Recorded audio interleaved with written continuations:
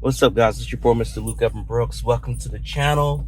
If you don't know what this is Car Share Genius.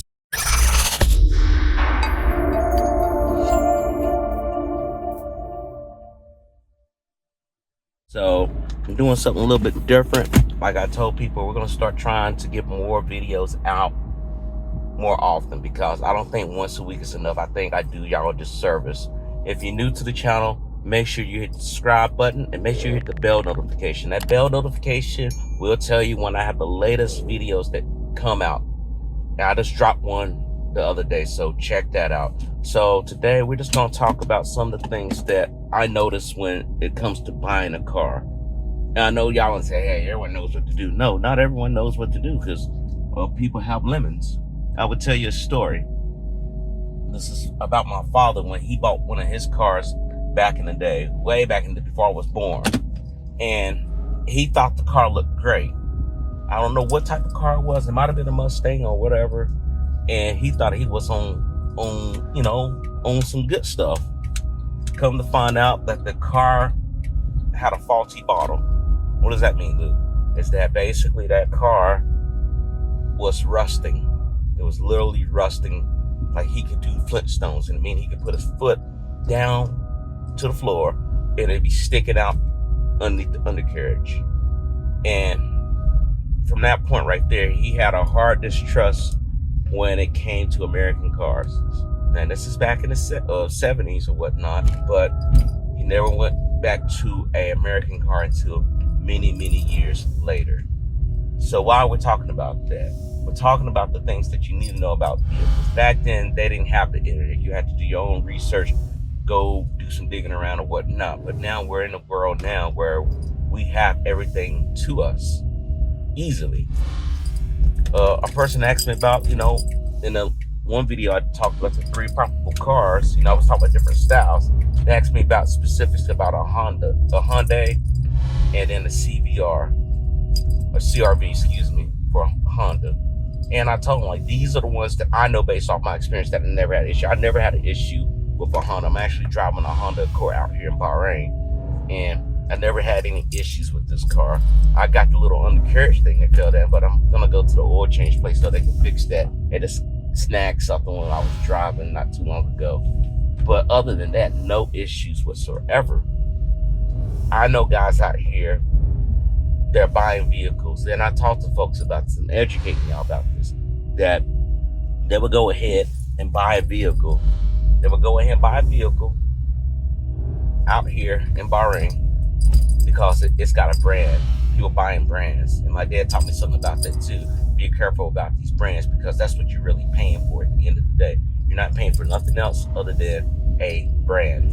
And how that boils down to is basically the guy's got a Maserati, another guy's got a Mercedes-Benz. Now these are older. Now I have no problem with those. Those are quality brands to a certain extent. This is designed to them. They don't expect you to hold on to a car. Now, if you're gonna get a Mercedes or a Maserati, you should do what my ex-girlfriend did: lease it. Get it leased. That way, when it's time to go ahead and turn it in, you're not inheriting any problems. You passing them along. I know that sounds crazy, but it's so true. These guys got cars that's over 10 years old, and then they have major breakdowns, transmission issues, something with the alignment with the vehicle where they had to take it to a shop, and these shops out here didn't know how to work with that. Or they do, and you got to pay a little bit more. And you can hear people complaining about the vehicle ain't nothing but a piece of shit or whatnot. And it's like, yeah, like y'all went for a brand. And people looked at me and said, why'd you get a Honda Accord? Because I know, I've been through it. I started off with Toyota Corolla, to be honest with you. And you go with the ones, because everyone's known for something, right? It's just like, if you're talking about football, who's Americans' team? They say Cowboys. Some people say that like a big slogan. The thing is that you have to understand what you're going to get at the end of the day. What are you dealing with? Like when I deal with Toyota, and I learned this growing up, my mom still got the same Toyota going back to 1996. Only thing that car needs is a battery, and it still runs. It runs. It may not be stylish like you want it to be, but it runs. And people are like, well, I don't know. So, well, I'm just telling you, this is the fact. When people do this stuff, they do it because they either looking for a style or looking for reliability. For me, I want reliability. And with the Honda, it's a little bit slicker. They didn't have a Toyota at the time when I got here in Bahrain.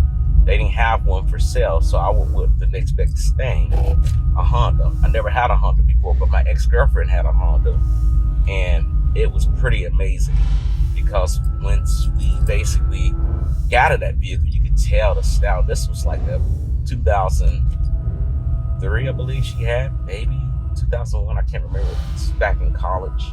And I knew right then that vehicle was reliable because, people talk about it. But like being in it is how I understand. And that's what you got to do. You should be doing your research. You should be doing some Google research. You should be going to a Kelley Blue Book. You should be looking at everything, not just looking to buy a car, but like if you want to sell a vehicle, how much can I get back on the resale value of this vehicle? Because you all know all these vehicles have a depreciation. With Hondas, with Toyotas, their depreciation goes very slow, meaning that it doesn't go right down the tank like some of these other cars. You can get basically almost back your money with these vehicles if they're not too old. But you can walk away. If their car's running, it's in decent shape, and you ain't had no real major issues, you can come back with a lot of good money. So a lot of people don't talk about that. A lot of people just say, oh, well, it is what it is. And it's not is what it is. It's what you have to do to make yourself successful. When you're buying these cars and putting them on Turo, you got to understand that. I have some American cars on there, but I know how to take care of American cars. And it's really not even about that anymore if you think about it, because these cars are all competitive. Because, if you're working at a company, let's say you're working at Toyota, or you're working at, what's it called, Ford, or Shelby, it doesn't matter. You're not going to sell a crappy car, because guess what? You don't want that to come back on you. You don't want people to be like, hey, man, don't go to them. They sell crappy cars. They always got issues. They always got transmission issues. They already got all these issues. These cars are pretty reliable, but you got to take care of them too. That's why you can't skip maintenance. And I think that's why Turo's been going on this new thing, I would call, where they're doing this new matrix with the rating systems, as you all know. And they're talking about, reliability of the vehicle. I think what's going to happen, I think they're going to let us go through the first round and then say, hey, you got to do this better. But I think what's going to happen next is that they're going to do audits. I really do.